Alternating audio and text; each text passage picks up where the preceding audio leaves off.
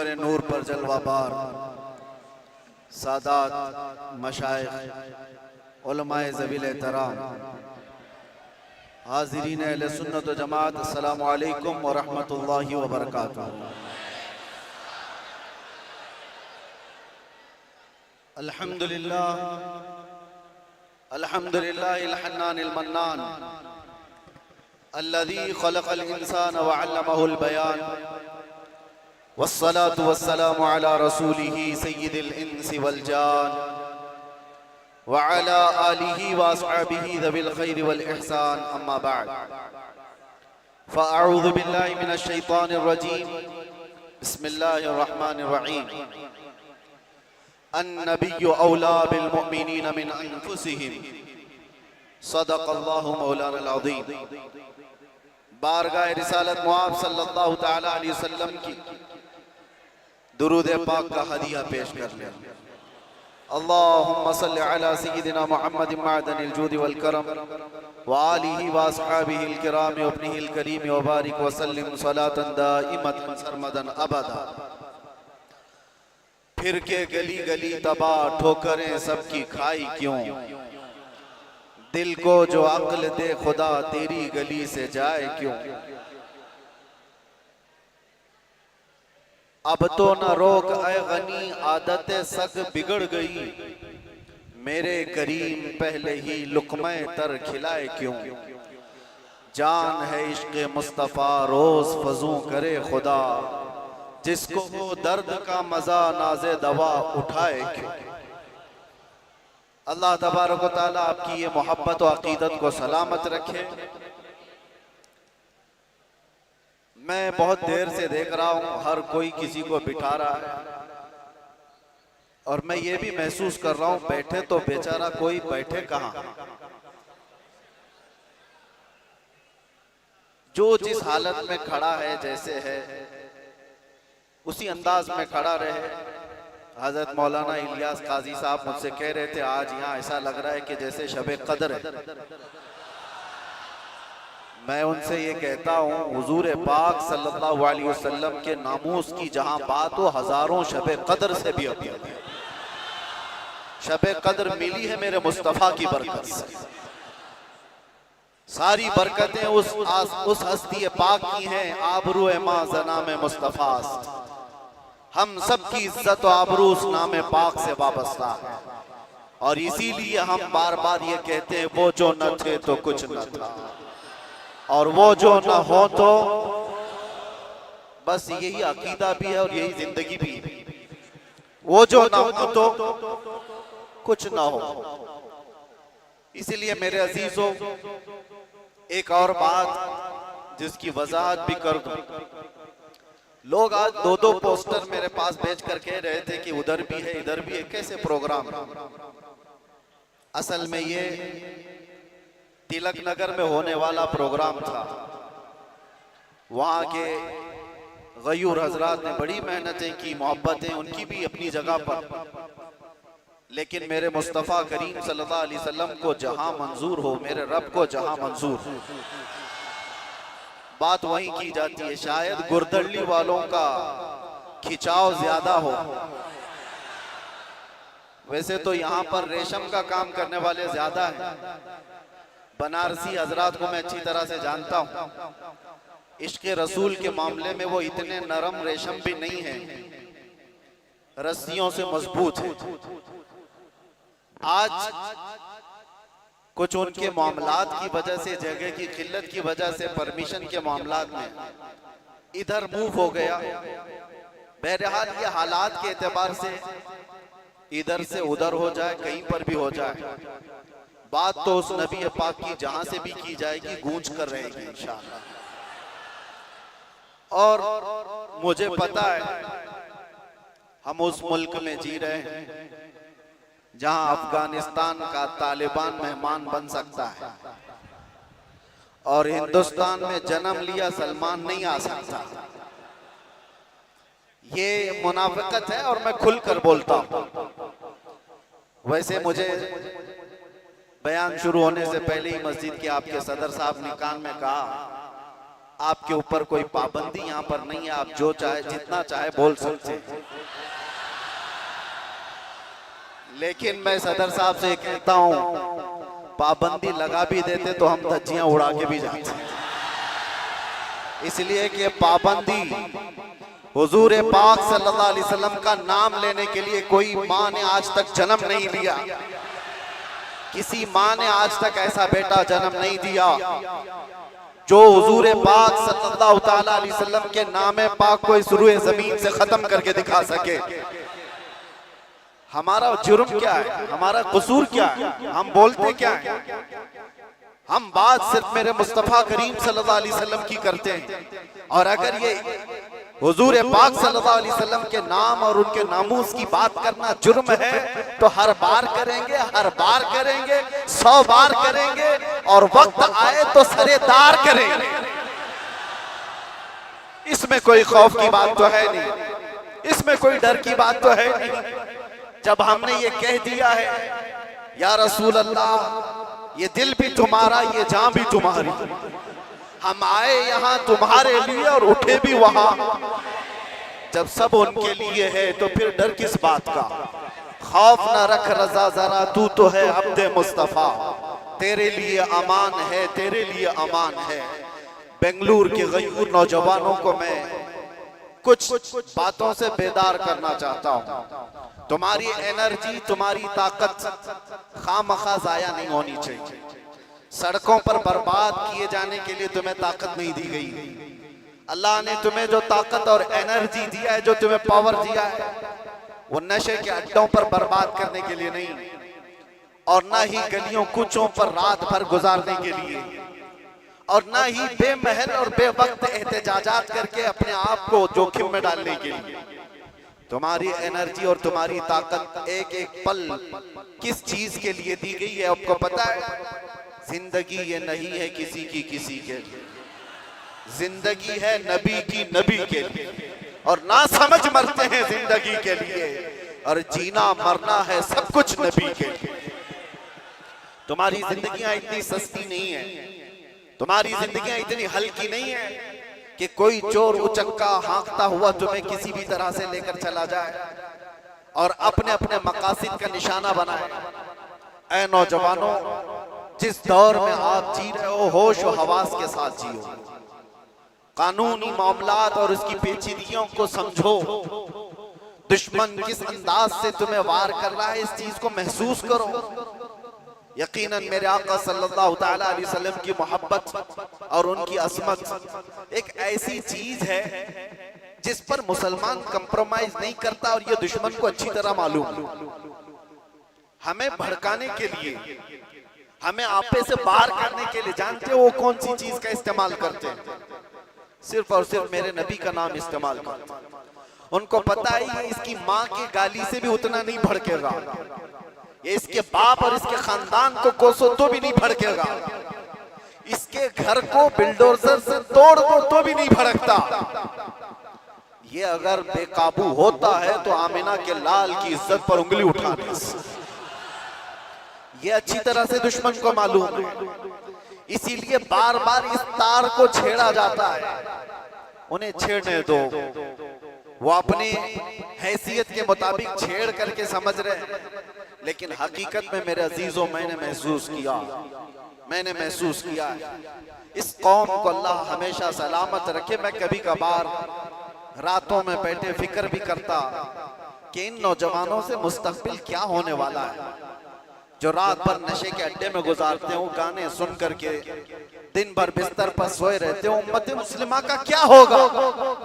हम पहले बहुत जज्बाती तकरीरें कर चुके, माशरे की इस्लाह के लिए हर बुराई पर हम उंगली रख चुके, बहुत फिक्र अंदाज, काफी फिक्र होती थी। लेकिन मैंने देखा ये वो नौजवान जो नशा में मेरे साथ जेल की कैद काटे हुए नौजवानों को भी जानता हूं, जो हर तरह का नशा करके आए हुए थे, एडिक्ट थे, और कोई 10 साल से, कोई 15 साल से, कोई 20 साल से, और सारी कड़ियां जोड़ करके मैं आकर के देखता हूं कौन है जो इन्हें नशा पर उभारता है, कौन इनकी गलियों में नशा बेचता है, कौन सप्लायर है, कौन उभारता है, कौन पहुंचाता है, कानून को भी मालूम है कहां बिक रहा है, कहां सप्लाई हो रहा है, सबको पता है। और खासकर तुम्हारे मोहल्ले क्यों टारगेट है, कभी सोचा आपने?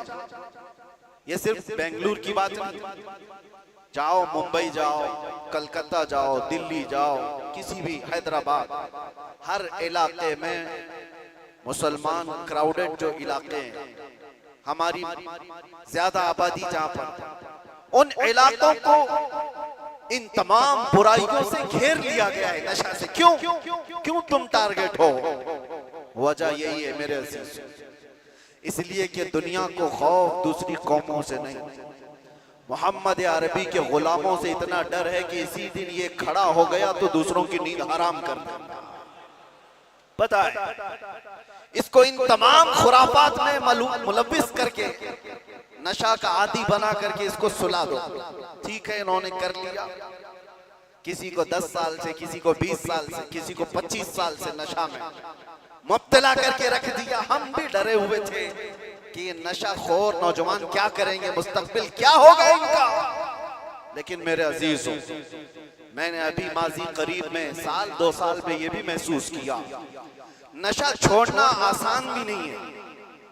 जो एडिक्ट होता है वो जल्दी छोड़ता भी नहीं। अरे गुटखा नहीं छोड़ता तो वो दूसरी बातें कहां जल्दी छोड़े।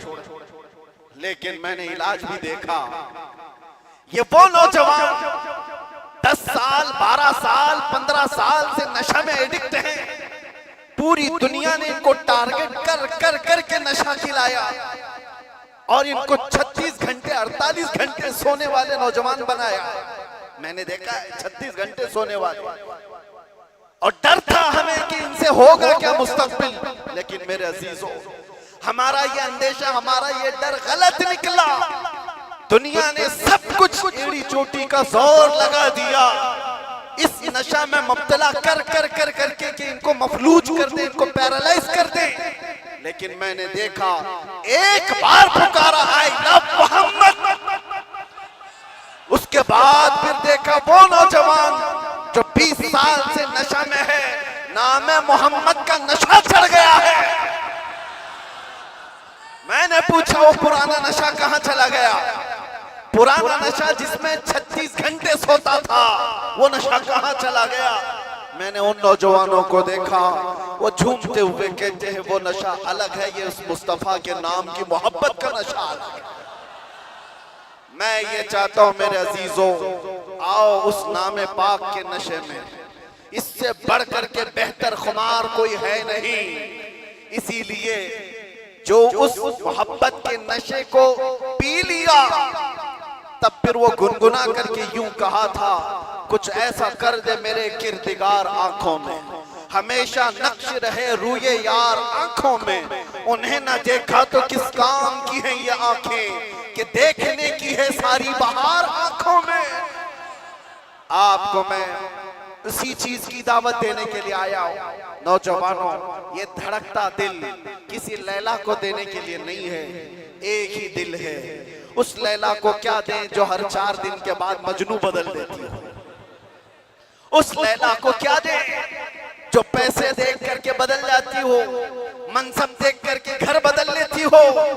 हम उस दरबार में अपने आप को डाल दें जहां के मुतालिक ये कहा, जब तक बिके न थे तो कोई पूछता न था। या रसूल अल्लाह, तुमने खरीद कर, सिर्फ अनमोल नहीं, बात यहीं तक नहीं है, जिसको रसूलुल्लाह ने खरीदा वो अबू बकर था तो सिद्दीक बनाया है, उमर था तो फारूक बनाया है, उस्मान था तो जुन्नूरैन बनाया, अली था तो हैदर कर्रार बनाया, बिलाल था तो फखरे आसमान बनाया है, अब्दुल्ला इब्न मसऊद को फखरे फिक़ा बनाया है। जो आया, जिस अंदाज से आया, मेरे मुस्तफा ने उतना नवाजा है। आज के दौर में हम देख रहे हैं, मुझे दुनिया क्यों पूछती है, मुझे दुनिया क्यों देखना चाहती है? यहाँ का मजमा भी मैं जानता हूँ, ये सुनने कम देखने ज्यादा आया हुआ है। सुनने के लिए तो यूट्यूब से सुन ही रहे, सारी तकरीरें पहुंच भी रहे, और ऑनलाइन अभी भी चल रहा होगा, घर बैठ के देख सकते हैं। लेकिन ये उमड़ता हुआ मजमा जो देखने के लिए आया है, वो इसलिए कि मेरे अजीजों दुनिया को ये बता दें, दुनिया सेलिब्रिटीज को देखने के लिए कतार लगाती होगी, ये उम्मत ऐसी है मुस्तफा के कैदी को देखने के लिए उमड़ आती है।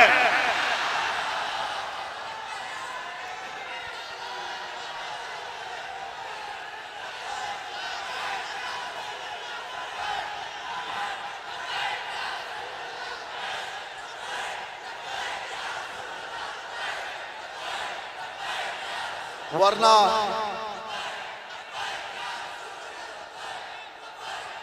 तवज्जो मेरे अजीजों, इस भरी दुनिया में हम जानते हैं जेल से छूटा हुआ आदमी मुंह छुपाकर घूमता है। लोग क्या बोलेंगे, जेल से आया है ना, हम जाने में मुंह छुपाए थे ना आने में मुंह छुपाए।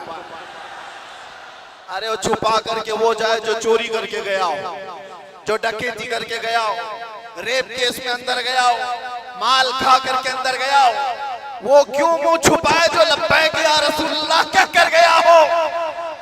आपके लिए भी मैं कह रहा हूं, मुंह छुपाने की नहीं, ये मुंह उठाने का वक्त है, उठाने का वक्त है।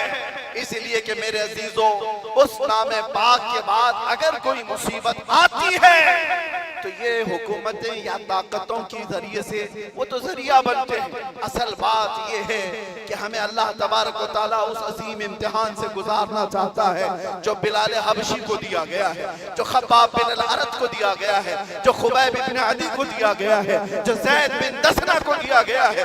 मैं तारीख पढ़ता हूँ, हमेशा एक बात याद आती है, मेरे साथ भी सेम मामला हुआ था, हालांकि कंपैरिजन कुछ नहीं, बिला तशबीह बिला तमसील। इमाम अहमद बिन हंबल 5 लाख हदीसों के हाफिज हैं। आपको एक फतवे की वजह से 3 बार कोड़े मारे गए, 3 बार। और कोड़े किसको कहते हैं? ये जो कमर का बेल्ट है इसको नहीं, वो चमड़े का पट्टा होता था, एक बार मारते थे तो चमड़ी लगकर आ जाती थी। ऐसे कभी 80 कोड़े, कभी 100 कोड़े। इमाम अहमद बिन हंबल को जब ले जाया जा रहा था, ये तीसरी मर्तबा था, वक्त का खलीफा जब जल्लाद को हुक्म दिया कि इस बार फिर इनको कोड़े मारो, इनको फतवा वापस लेने के लिए कहो। एक शख्स ने कान में आकर के कहा, वो भी बड़े आलिम थे उस वक्त, कहा कि आप मुझसे कान में कह दें से मैं सारा मामला सही कर लूंगा, निपटा लूंगा।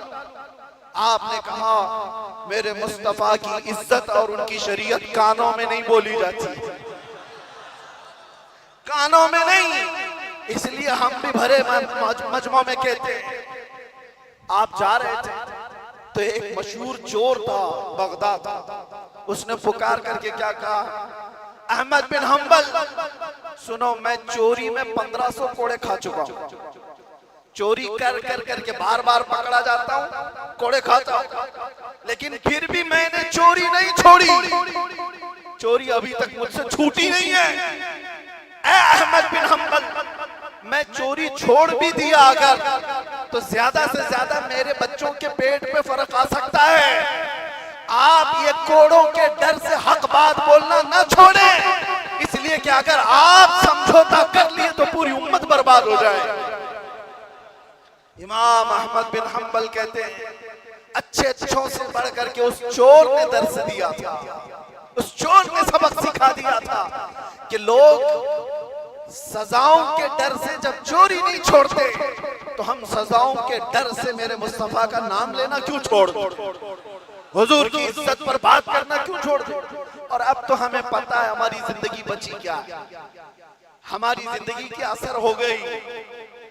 जिसकी उम्र 40 साल के करीब होती है, वो कहा जाता है असर का वक्त हो गया उसकी जिंदगी।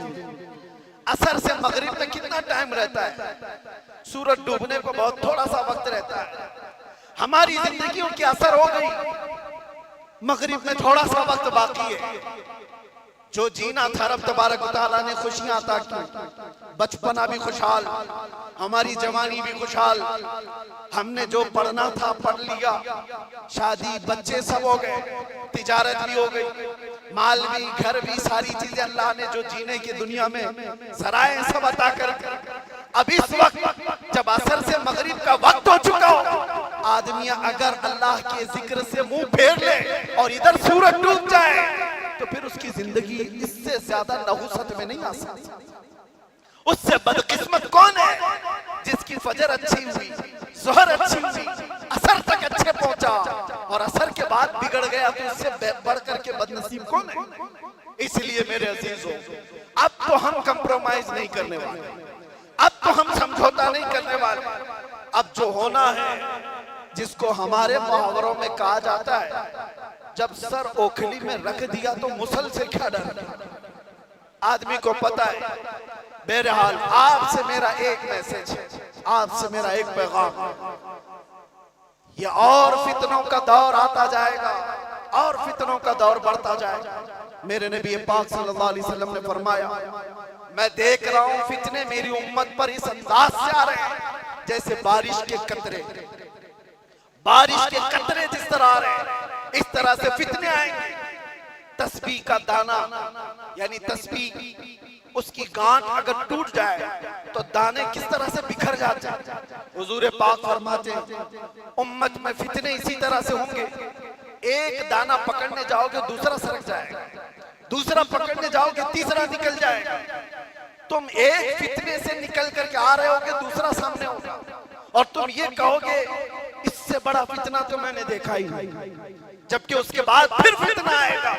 हुजूर फरमाते उसको देखकर फिर कहोगे तुम इससे बड़ा तो मैंने देखा ही नहीं। इस दौर में हम जिंदगी गुजार रहे हैं। हर आने वाला दिन एक नया फितना लेकर के आएगा। इसी जमाने के मुतालिक मेरे मुस्तफा सल्लल्लाहु अलैहि वसल्लम ने फरमाया, तुम्हारा ईमान पर कायम रहना इतना मुश्किल हो जाएगा जितना हथेली में अंगारा लेकर खड़ा होना मुश्किल हो जाएगा। आग का अंगारा लेकर आदमी हथेली में खड़ा हो सकता है, इतना ही मुश्किल हो जाएगा। मैं देख रहा हूं उस दौर को, लोग हवाओं में ईमान बेच देते।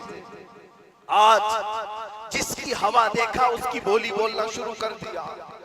इधर आंधी चल रही है, उसके पीछे भाग गए। इसीलिए हुजूर पाक सल्लल्लाहु अलैहि वसल्लम ने यह भी फरमाया था कि ताकत की बोलबाला ऐसा होगा कि लोग उसी को सब कुछ समझ रहे होंगे। आज वही है, ताकत, हुकूमत, सत्ता जिसके पास है, लोग ये समझते हैं उनके साथ ही रहने में भलाई है, उनके साथ ही रहने में भलाई है कि कुछ उनका छूटा हुआ झूठा खाने को मिल जाएगा। मेरे अजीजों, ये ईमान की अलामत नहीं। हुजूर ने ये भी फरमाया, दज्जाल जिस वक्त जमाने में आएगा, दज्जाल उस वक्त का हाल ये होगा, हजारों की तादाद में लोग ईमान छोड़कर उसकी फौज में शामिल हो जाएंगे। और हुजूर ने फरमाया, दुनिया शुरू होने से लेकर कयामत तक उससे बड़ा कोई फितना नहीं। वो दौर भी आने वाला है। उस दौर की अलामत में क्या बताया मेरे आका ने? इरशाद फरमाया, सच को झूठ बना दिया गया होगा और झूठ को सच बना करके पेश किया जा रहा होगा। क्या आज ये पूरा निजाम कायम नहीं है? ये सारा मीडिया ये दज्जाली निजाम पर चल रहा है। ये सब दज्जाल के चेले जितने भी बैठ करके भोगते, जो सच्ची बात होगी उसको ऐसा तोड़ मरोड़ करके बयान करो कि वो झूठी लगने लगे, और झूठ को इतना सजाओ, इतना बोलो कि सच लगने लग जाए। आज उस दौर में तुम जी रहे हो। कितने बड़े बड़े चैलेंजेस हैं तुम्हारे पास, कितने बड़े बड़े चैलेंजेस हैं। ईमान पर कायम रहना मुश्किल हो जाएगा। इन हालात में अब आला हजरत क्या फरमाते हैं? इरशाद फरमाते हैं, जब ऐसे हालात होंगे उसको कहा गया है, सोना बन है, सोना जहर है, सोना पास है, सोना बन है, सोना जहर है, उठ प्यारे। 3 बार फरमाया आला, सोना पास है तेरे। सोना क्या है? गोल्ड तेरे पास है। सोना बन है, बन कहते हैं जंगल को। सोना जंगल सुना होगा नाम, वीरान है, बिल्कुल आवाज ही नहीं है, सोना जंगल है। सोना पास है, सोना बन है, और ऐसे वक्त में सोना जहर है। समझ में आई बात? 3 बार सोने का लफ्ज इस्तेमाल किया और तीनों में अलग अलग माने। सोना पास है, सोना बन है और सोना जहर है। उठ प्यारे, तू कहता है मीठी नींद है तेरी मथी निराली, शहद दिखाए जहर पिलाए, कातिल डाइन शोहर खुश, इस मुर्दार पे क्या ललचाए दुनिया देखी भाली। आज उसी दौर में हम जी रहे हैं, शहद दिखाए जहर पिलाए। तुम्हें जितना सजा सवार करके दिखाया जाता है ये असल दुनिया नहीं है नौजवान। मैंने ये सारी तमहीद इसलिए बांधी कि तुमको हाँक रही है दुनिया किस तरफ। तुम टेलीविजन पर थिरकने वाली तस्वीरों को देखकर फिदाई बन गए।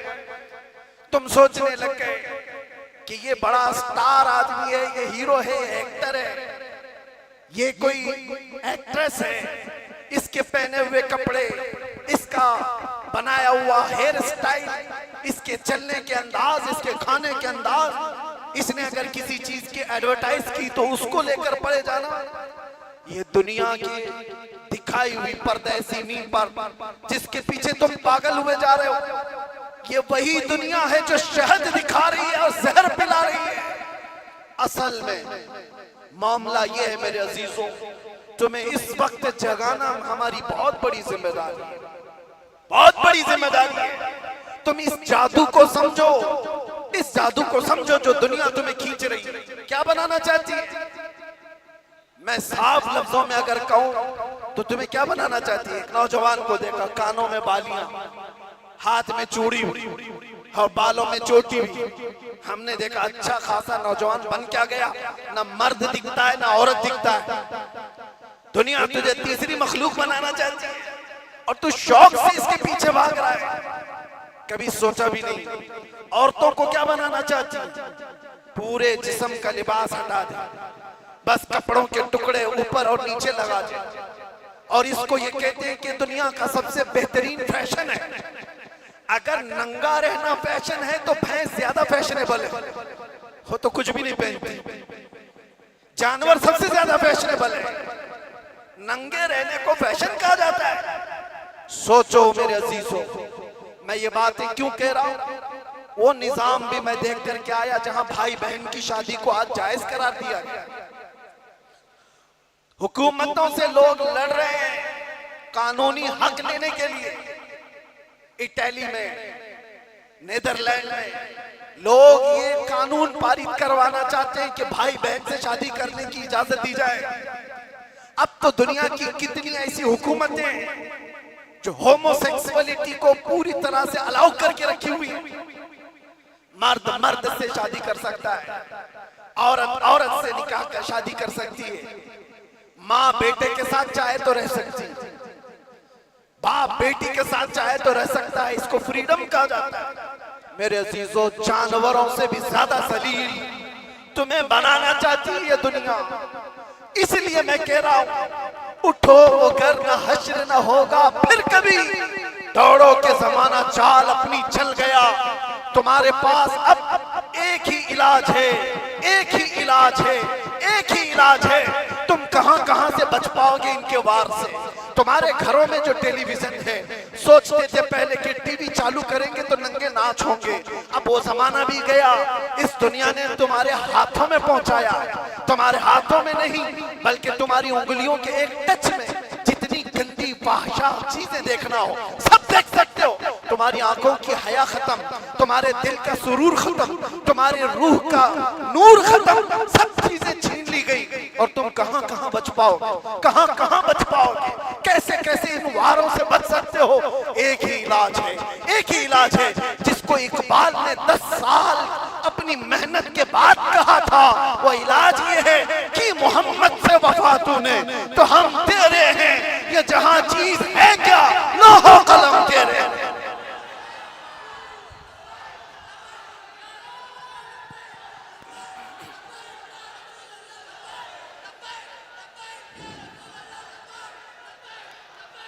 हर आफत, हर फितने से हिफाजत चाहते हो, एक साथ के पास आ जाओ। बुलहवसन सीमौसर की बंदगी अच्छी नहीं, उनके दर की भीख अच्छी, सरवरी अच्छी नहीं। उस जमाने के जो सहाबा मेरे अजीज